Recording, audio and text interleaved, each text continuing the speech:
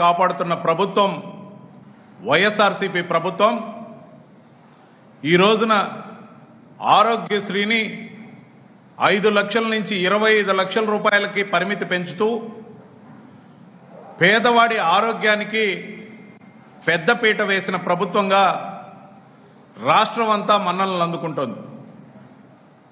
మరోవైపున సుదూరంగా పక్క రాష్ట్రంలో చంద్రబాబు నాయుడు గారు పవన్ కళ్యాణ్ ఇంటికి వెళితే అదొక వార్త.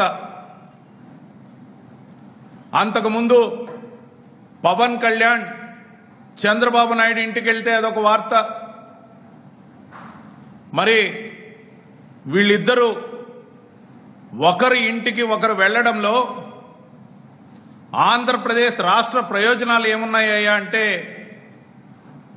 మాకేం సంబంధం, మేమెక్కడో హైదరాబాద్లో ఉన్నాం, మా రాజకీయ ప్రయోజనాలు రానున్న ఎలక్షన్స్లో మేము ఏ విధంగా 4 సీట్లు సంపాదించుకోవాలనే ఒక దుగ్ధతో వీళ్ళిద్దరూ కూడా ఒకరిళ్లకు ఒకరు వెళ్లి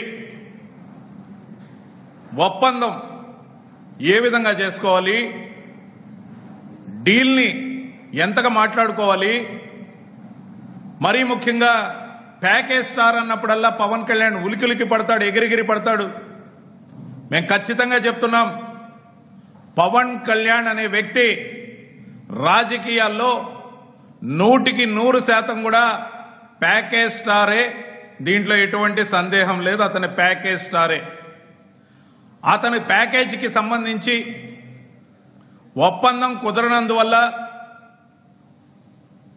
మరో రోజు 2 రోజుల్లో ఏదైతే నారా లోకేష్ యాత్ర ముగింపుకు వచ్చిన సందర్భాన ఆ సభకి దత్తపుత్రుడైన పవన్ కళ్యాణ్ హాజరు కాకపోతే ఇబ్బంది కాబట్టి రాయబారానికి డీల్ మాట్లాడుకోవడానికి చంద్రబాబు నాయుడు గారు పవన్ కళ్యాణ్ ఇంటికి వెళ్ళినట్టు మాకున్న సమాచారం.